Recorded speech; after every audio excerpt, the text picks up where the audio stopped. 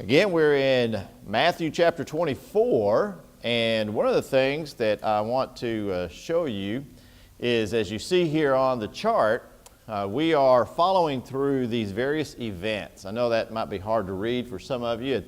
This chart is available online. If you go to margaretstreetchurchofchrist.org and go to Bible Helps or Bible Teaching, you can download a copy of this.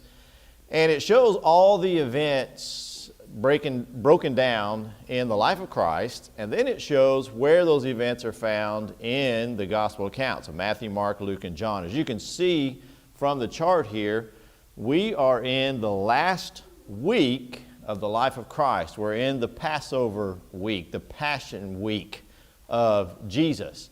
And we're actually breaking it down even by day. And for the last few weeks, we have been on Tuesday.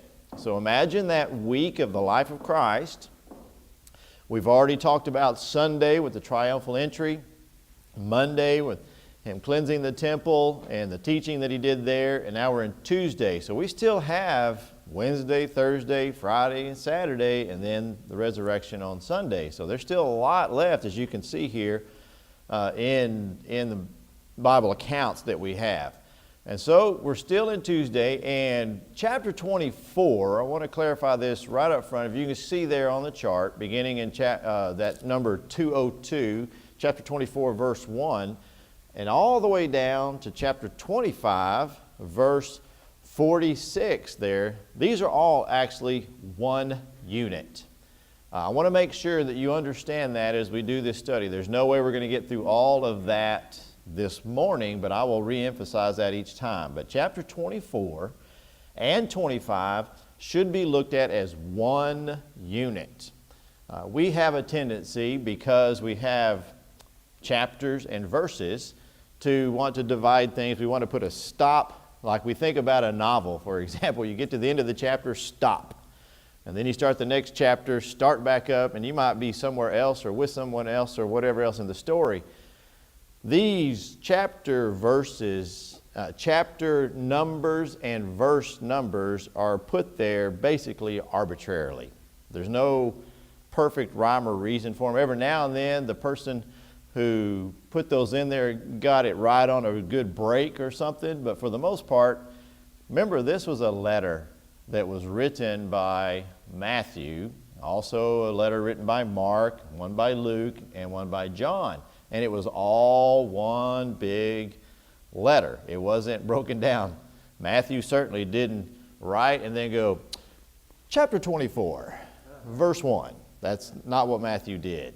And so that's why I say, and I want to emphasize this over and over, because the reason I'm saying all this is because there's a lot of false teaching that has come out of this particular chapter. There has been lots of people for the last 2,000 years, since these have been written, that have taken these verses, I say 2,000 years, a little less than that, have taken these verses and, for example, have taught that the second coming of Jesus Christ actually occurred in AD 70 with the destruction of Jerusalem because of what he talks about right here. And that every single event after that is that there will be no more future comings. That's it. That he came and it's all over.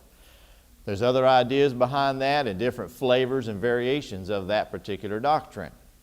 The other extreme of that is that all of this is future. And that's called, as we typically use, the word premillennialism. That's a big word. It simply means millennial. You understand that word. It means 1,000. We experienced that. Some of us experienced that 20 years ago when we switched over into the year 2000. We experienced a millennial change. And so premillennial means something that happens before the 1,000. And ism is a teaching in this case. So premillennialism, it's a complicated doctrine that has, again, many different flavors. Depends on who you talk to. Most people who believe premillennialism will not look at you and say, I'm a premillennialist. I believe in premillennialism. They don't typically say that. What they will talk about is they will talk about the future kingdom. They will talk about the rapture. They will talk about the tribulation to come and things like that. Again, all of that comes from taking this chapter and misapplying it, misunderstanding it, and basically what I call hermeneutical gymnastics. You have to jump through hoops to make that doctrine work. And whenever a doctrine creates a lot of questions, more questions than it does plain Bible teaching, then there's probably something wrong. All right, so that's just my basic breakdown. I'm not going to teach premillennialism in this particular study that we're about to have. I'm going to teach what the Bible teaches us. So, with all that being said, let's begin by reading. We're just going to read a few verses here, and then we'll break down each verse as we come to them. So let's begin in chapter 24, beginning in verse 1. Then Jesus went out and departed from the temple, and his disciples came to him to show him the buildings of the temple. And Jesus said to them, "Do you not see all these things? Surely I say to you, not one stone shall be left here upon another that shall be not thrown down." Now as he sat on the Mount of Olives, the disciples came to him privately, saying, "Tell us, when will these things be, and what will be the sign of your coming and the end of the age?" And Jesus answered and said to them, "Take heed that no one deceives you." Now I want to stop right there because we're going to break this down into sections, and right there he's going to start answering their questions. First and foremost, again, looking at the chart, you see where we are. If we've been in this day, it's still Tuesday. We know when we get to chapter 24 that this is not the first event of Tuesday.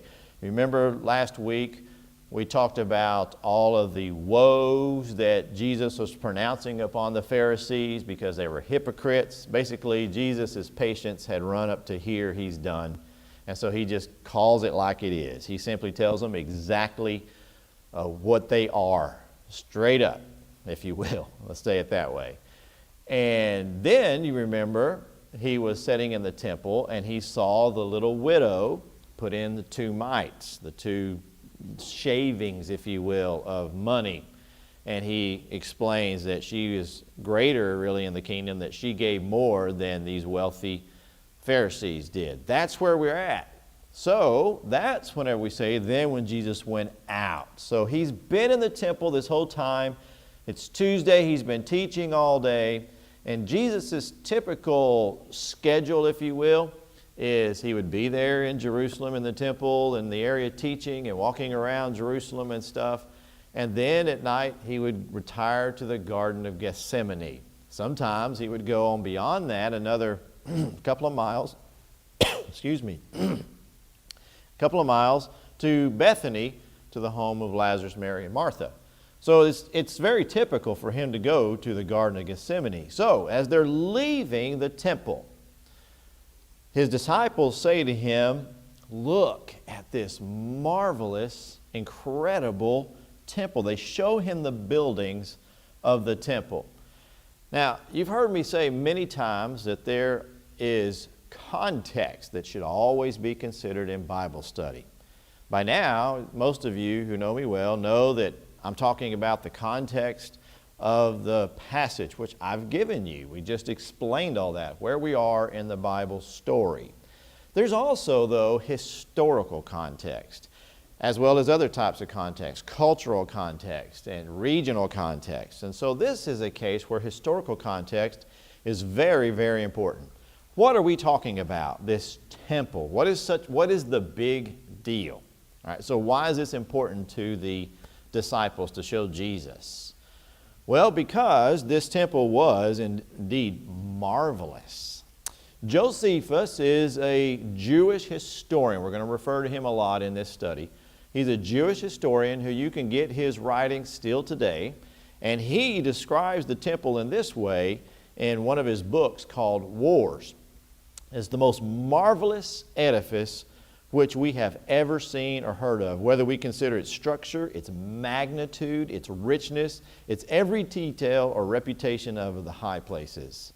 He goes on to write in another part of that book, he says, the exterior of the building wanted nothing that could either astound either the mind or the eye, for being covered on all sides with massive plates of gold. The sun was no sooner up than it radiated so fiery a flash that persons straining to look at it were compelled to avert their eyes as from solar rays. To approaching strangers, it appeared from a distance like a snow-clad mountain, for all that was not overlaid with gold was of purest white. Now, if you've ever seen pictures of the Temple Mount, of a recreation, an artist's rendering of that time, you see Jerusalem, as we've talked many times, cities in Israel were on hills. Typically, they're always up on a tail or a hill, and that was for military protection, because it was easier to defend the city when it's up on a hill. So Jerusalem was up on a couple of hills, and it had a wall all the way around it, and the city was a decent size, but a huge section of the city was the Temple Mount, and it was massive. Now, this Temple Mount first began when David purchased this property and decided that's where he's going to dedicate the temple. And that's where Solomon built his temple. And according to historians, I'm just going to use some rough calculations here. This is not to scale, by the way. And so if he built it, it was, say, this big. Well, whenever it was destroyed by Nebuchadnezzar and the Babylonians, around correct me if I'm wrong here, around 586 or something, is destroyed, and then in 530 something, 520 something, say again. I can't remember the exact date, but whenever Cyrus allowed the Jews to come back, that same Temple Mount, they rebuilt the second temple there, but it was not as nice or great as this one of Solomon. Then there were some different times when that Temple Mount began to be expanded. Whenever Herod the Great came along, he decided to do the greatest of all, and he took that Temple Mount from this big to about this big. And so he actually built a mountain. So there's already a mountain top, and he took that mountain top and went straight out and built walls down all around it, a retaining wall. So he made this mountain that, say it's this big, he made it to be about this big. So it's massive. You can still see the Temple Mount today. You can still today go to Jerusalem or even pictures of Jerusalem and see that big giant rectangle. That's what Herod built. And that was a lot of work. Now this began about 20 BC, so 20 years before the changeover. It's not actually 20 years before Christ. They figured out the person who did the calculations was off by 4 years. And so really, it's about 16 years before Jesus was born. So 20 BC, Herod starts the temple. Now, if you will, keep your finger here and go to John chapter 2, verse 20. And there's an interesting thing. This is during the time of Jesus. And in John chapter 2, verse 20, I was back up to verse 19. Jesus answers and says to them, "Destroy this temple, and in 3 days I will raise it up." And I want you to look at what the Jews say in response to him. The Jews said, "It has been taken 46 years to build this temple, and you will raise it up in 3 days?" All right. So if you take the time frame, that doesn't really add up. If you think about it, Troy, you just said 16 years before Jesus. They're saying 46 years to do this. Well, that's because it all depends on how you measure the time. He started building, remember I told you, expanding out the Temple Mount. That's the first thing, laying those foundations. The actual temple itself didn't start until 46 years from that point. So I'm actually going to say that backwards. The 46 years is the Temple Mount. It was a shorter time that the temple itself was being built. And it actually wasn't even done in the time of Jesus. It wasn't actually finished until 64 AD. That's because, yes, the Temple Mount was done, the walls were built, and then the temple itself was built, but then they continued, even in Jesus' day, continued to decorate it. And isn't that fascinating what we read about with Josephus? Massive plates of gold. Can you imagine walking? Now, I've been to some large cities, Dallas being one of those, New York City, and some others. Been to some large cities where there are some tall buildings covered with glass. Have you ever been in the reflection of one of those buildings when the sun is shining?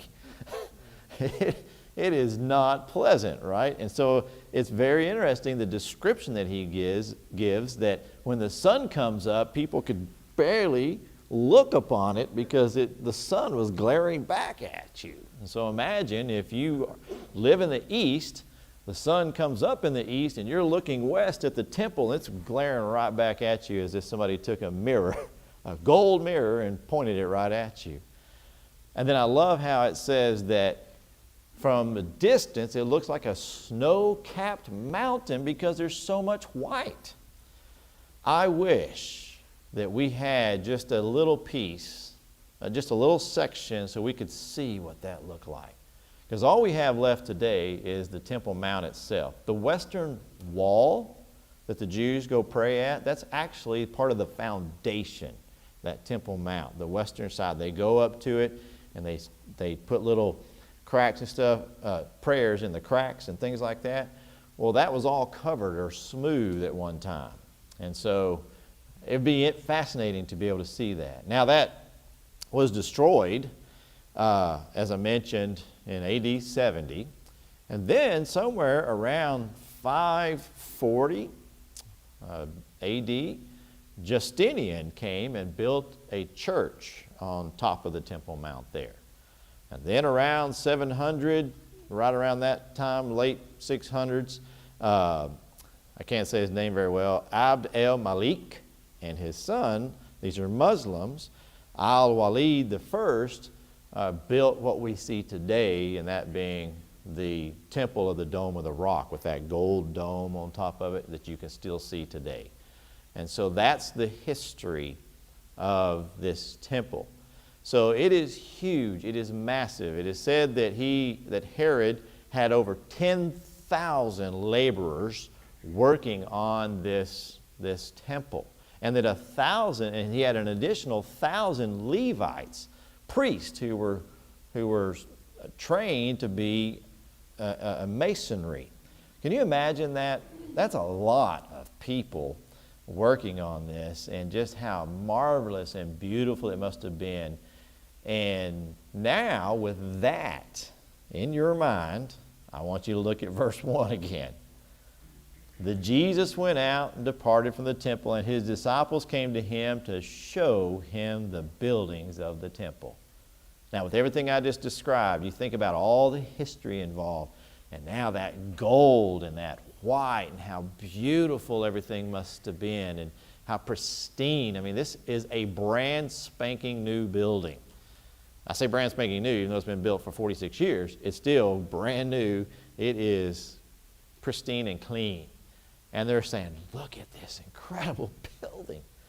Now, I wonder why. It's not the first time Jesus has been there with his disciples. I wonder why all of a sudden they're pointing this out to him. We can speculate all kinds of things. My mind thinks, remember, they're sure that the kingdom is coming, and they're so sure that they're going to sit on the right hand and the left hand that maybe they're looking at this going, this might be our digs. You know, who knows? But either way, Jesus responds, do you not see all these things? I find that interesting. It's like, clearly we do, Jesus. We're bringing it to you and showing it to you. Surely I say to you, not one stone shall be left here upon another that shall not be thrown down. Jesus just gave a massive, highly important prophecy right there that is going to prove his deity to all those who heard him and knew him at this particular time. Because what he just did is he depicted an event that is far distant. This is part of prophecy. It's far distant from his own lifetime that, I mean, even if he continued to live, he would be 100-something years old, so far from his lifetime, that he has no influence over on a specific, basically a specific time frame, because he's going to say that in a minute about this generation, and it's going to prove his deity. He even says that. That's one of the elements of this chapter. So he just gives a massive prophecy. Now, it says in verse 3, then, that as he sat on the Mount of Olives, his disciples come to him and privately sang. And this is the key to understanding chapters 24 and 25. You really got to get this down. They say, and I want you to note, 3 questions. If you'll go to the next slide for me, Brooksand. Notice what they say. They say, tell us, when will these things be? That is a question in and of itself. When will these things be? That you just said that not one stone's going to be thrown on top of another. When will this be? And pay attention to the wording. And, that's a key thing. And, what will be the sign of your coming? You see, that's a second question. So when are these things going to be that the temple's going to be thrown down that you're talking about? And while we're on the subject, if I can add words to the Bible, while we're on the subject, what will be the sign of your coming? I find that fascinating because they don't even understand that Jesus is going to die yet. Right? They still haven't quite grasped the fact that Jesus is their Messiah, this military king, is going to die. So this coming is probably more in line with, so when are you going to come out and be the military king that we're all waiting for? When are you coming? When's going to be your coronation? That's one way you could look at this. Would you agree? All right. And here's what most people miss. There's a third question in there. Look at the verse again. He says, tell us, when, they say, when will these things be? And when will be the sign of your coming? There's another and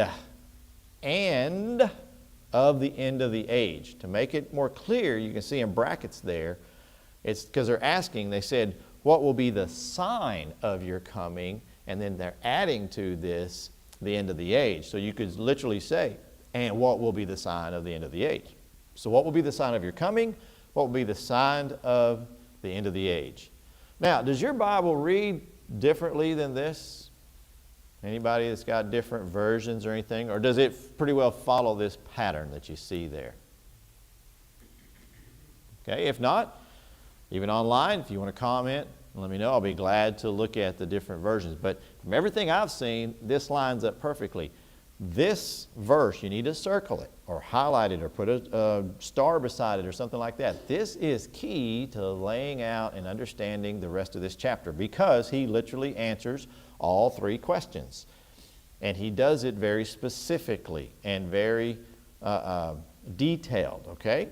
So this is important to understand. 3 questions. These things regarding tearing down the temple, the sign of your coming, and the end of the world. Now, Jesus immediately responds.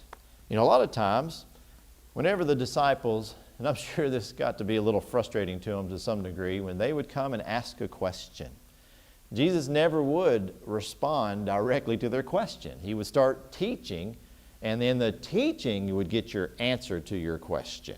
He never would say, if you ask him a yes or no question or a straight up question, he never would answer your question directly. Here, he does answer their question. And he starts by saying in verse 4, take heed that no one deceives you. So listen, basically what Jesus is saying is that he wants them to understand they could be misled. They could be deceived. Now, isn't that fascinating that the apostles, the disciples of Jesus Christ, he's concerned for them that they themselves could be deceived. And so what he's saying is it's your responsibility. It's your responsibility to not be deceived. Boy, isn't that a lesson for us today? Amen. Isn't that a lesson that we need to take in? It is your responsibility to not be deceived.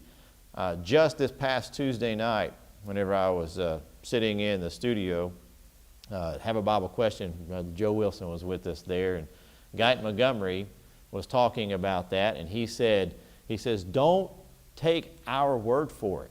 Just because we're preachers, just because we're students of the Bible, just because there's somebody, let's just say somebody that you really look up to who really knows the Scriptures and has never, ever said anything that you would question.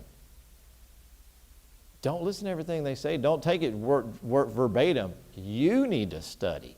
You need to make sure that what they're saying is right. Listen, the apostles of Jesus Christ who had the Holy Spirit upon them, who could speak the words that we read right here in the New Testament, had a group of people question them. In Acts chapter 17, verse 11, the Bereans were more noble than those of Thessalonica, that they searched the Scriptures daily to see if these things were so. And that's exactly what we need to do. The Apostle Paul said that? Really? We need to go check that out. We need to go see that. If Troy Spradlin, who I do everything in my power to make sure that I am true to the Scriptures, says something, and you may agree, you still need to go, let me double check that. This is the reason why my notes that I do for the sermons and things like that, you'll always see all the different scriptures in there so that you can go there and check it out yourself. Now, I don't know if I'm going to embarrass him or not, but it's such a wonderful, cute little story. Andrea loves teaching, especially with the Bible Bowl and things like that for Last to Leaders. And she has several students, and she's always using every opportunity she can to go beyond the lesson of just a life application, of applying faith, of making the faith their own. And one time she was, I forget which passage it was Luke last quarter, right, last year. And it was something about that, about you need to research it. And so she said, even if Mr. Troy says something from the pulpit, you need to make sure that what he said is right. And Tucker looks at Andrea and says, Miss Andrea, are you telling me that Mr. Troy would give us false information? And Andrea said, it could be, so you need to study your Bible. And so don't you love the heart, the pure innocence of that heart? That's exactly the way it should be. We need to make sure that we're studying these things. Listen, it's not necessarily about making sure that I'm right. It's about making sure you understand. Jesus is right. Jesus knows, and Jesus is telling his own disciples, you need to be responsible for understanding. So don't let anyone mislead you. What are we talking about, Jesus? What do you mean, mislead? Now let's continue reading. Actually, before we do that, has anybody got any comments, questions so far? Yeah, you say something that's not true and see how many people jump on you and get you back in the back and say, look, this is wrong. How many people really listen to it? Doesn't necessarily mean that I'm wrong, because sometimes people will jump on you and tell you you're wrong, and they don't understand the passage themselves, all right? So it all comes down to we are responsible for getting ourselves into heaven, okay? That's what part of that work out your own salvation is. You need to make sure you're doing what's necessary. You understand the Scriptures, and we're all helping each other to get to heaven. So what are we talking about? What do you mean mislead us, that no one deceives us? He clarifies, verse 5. For many will come in my name, saying, I am the Christ, and will deceive many. And you will hear wars and rumors of war. See that you are not troubled, for all these things must come to pass, but the end is not yet. For nation will rise up against nation, kingdom against kingdom, and there will be famines and pestilences and earthquakes in various places. All these things are the beginning of sorrows. Then they will deliver you up to tribulation and kill you, and you will be hated by all nations for my name's sake. And then many will be offended and will betray one another and will hate one another. Then many false prophets will rise up and deceive many. And because lawlessness will abound, the love of many will grow cold. But he who endures to the end shall be saved. And the gospel of the kingdom will be preached in all the world as a witness to all the nations, and then the end will come. Therefore, when you see the abomination of desolation spoken by Daniel the prophet standing in the holy place, whoever reads him, let him understand. Then let those who are in Judea flee to the mountains. Let him who is on the housetop not come down to take anything out of this house. And let him who is in the field not go and get his clothes. But woe to those who are pregnant, to those with nursing babies in those days. And pray that your flight is not in winter or on the Sabbath. For then there will be a great tribulation, such as not been since the beginning of the world until this time, nor ever shall be. And unless those days were shortened, no flesh would be saved. But for the elect's sake, those days will be shortened. Then if anyone says to you, look, here is the Christ, or there, do not believe it. For false Christ and false prophets will arise and show great signs and wonders, so as to deceive, if possible, even the elect. See, I've told you beforehand. Therefore, if they say to you, look, he is in the desert, do not go out. Look, he is in the inner rooms, do not believe it. For as the lightning comes from the east and flashes to the west, so also will the coming of the Son of Man be. For wherever the carcass is, there the eagles will gather together. All right. This is now the full answer to the first question. When will these things be? When will the stones be thrown down? Not one stone left on top of another. When will this be? He just answered the question. He also, the last couple of verses, starts to get into the second question of what will be the sign of your coming, but there's a lot more to it that begins in verse 29. We'll pick up on that when we get to that section. But right now, let's go back and let's look at the first thing he says. For many will come in my name saying, I am the Christ, and will deceive many.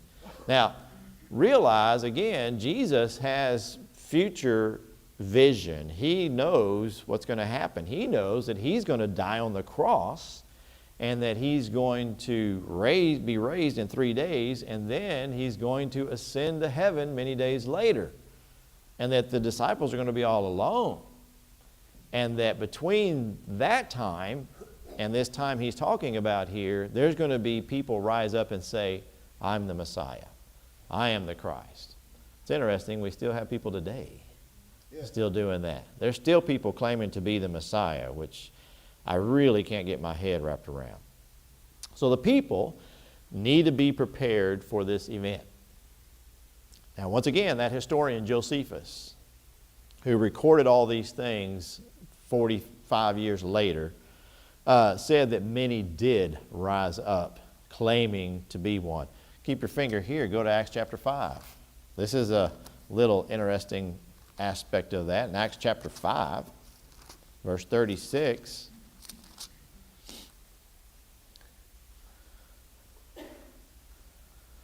this is Gamaliel, a teacher of the law, standing up. In verse 35, he says, and he said to them, men in Israel, take heed to yourselves what you intend regarding these men, talking about the apostles. For some time ago, Theudas rose up, claiming to be somebody. A number of men, about 400, joined him.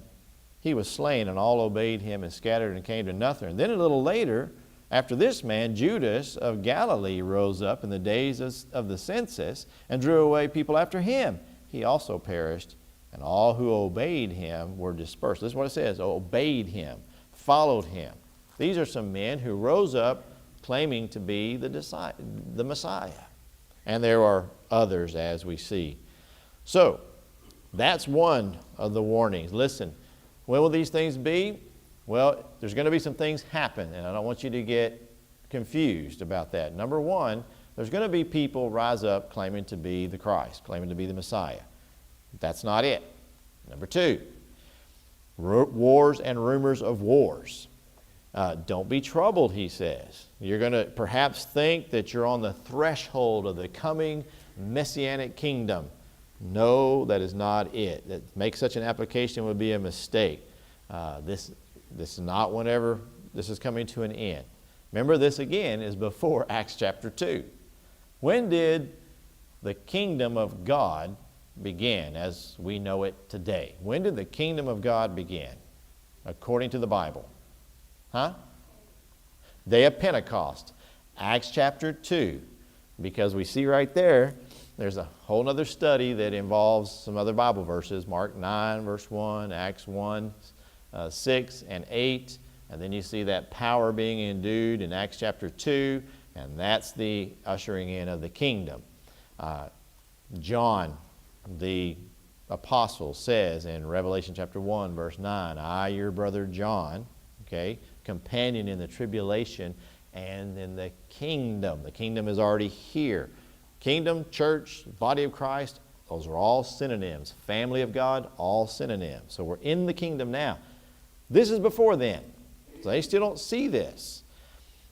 So he's explaining to them, whenever you see these wars and rumors of wars, don't make that mistake. That's not it.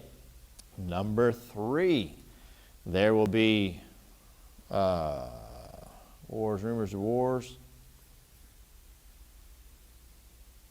There we go. Number 7, he says, and there will be famines and pestilences and earthquakes in various places. So number 3, there's going to be natural disasters. All right? So this is still happening today. People, as I mentioned, there's still people claiming to be Christ. There's still people looking at wars and rumors of wars and saying this is the end time. I remember whenever, just in my lifetime, the only significant war that really stands out as far as my life, I was too little to remember the Vietnam War, but the Persian War, all right, the Gulf War, I guess. Desert Shield, is that the first one? Desert Shield, Desert Storm. Those were the wars that I, in my lifetime, and I remember everybody talking about this as wars and rumors of wars and the end of the world. Okay? It's happening still today. And then you get into all these natural disasters. Have y'all heard people talking about the end of the world because of all the natural disasters, the hurricanes and everything else that we're having? Yes. It's been going on for 2,000 years, y'all. Jesus said that's not the end. So don't. Now, Jesus is talking about the end of Jerusalem, by the way. But still, he's saying, don't let that be don't look into those things. Don't worry about that. It will be very clear. All right? And he says, all of these are the beginning of sorrows.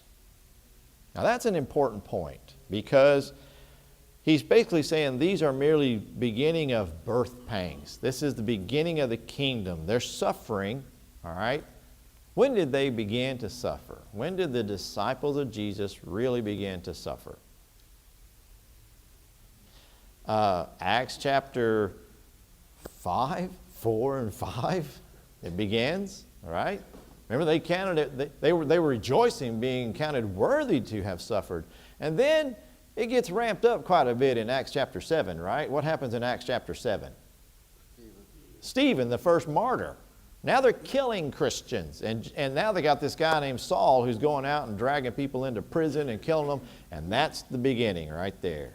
And it just ramps up and keeps going. Now, not only that, but even after the destruction of Jerusalem, there's still going to be persecution. There's still going to be more people in this tribulation. So this tribulation that he's going to be talking about is going to begin right at the beginning of the church.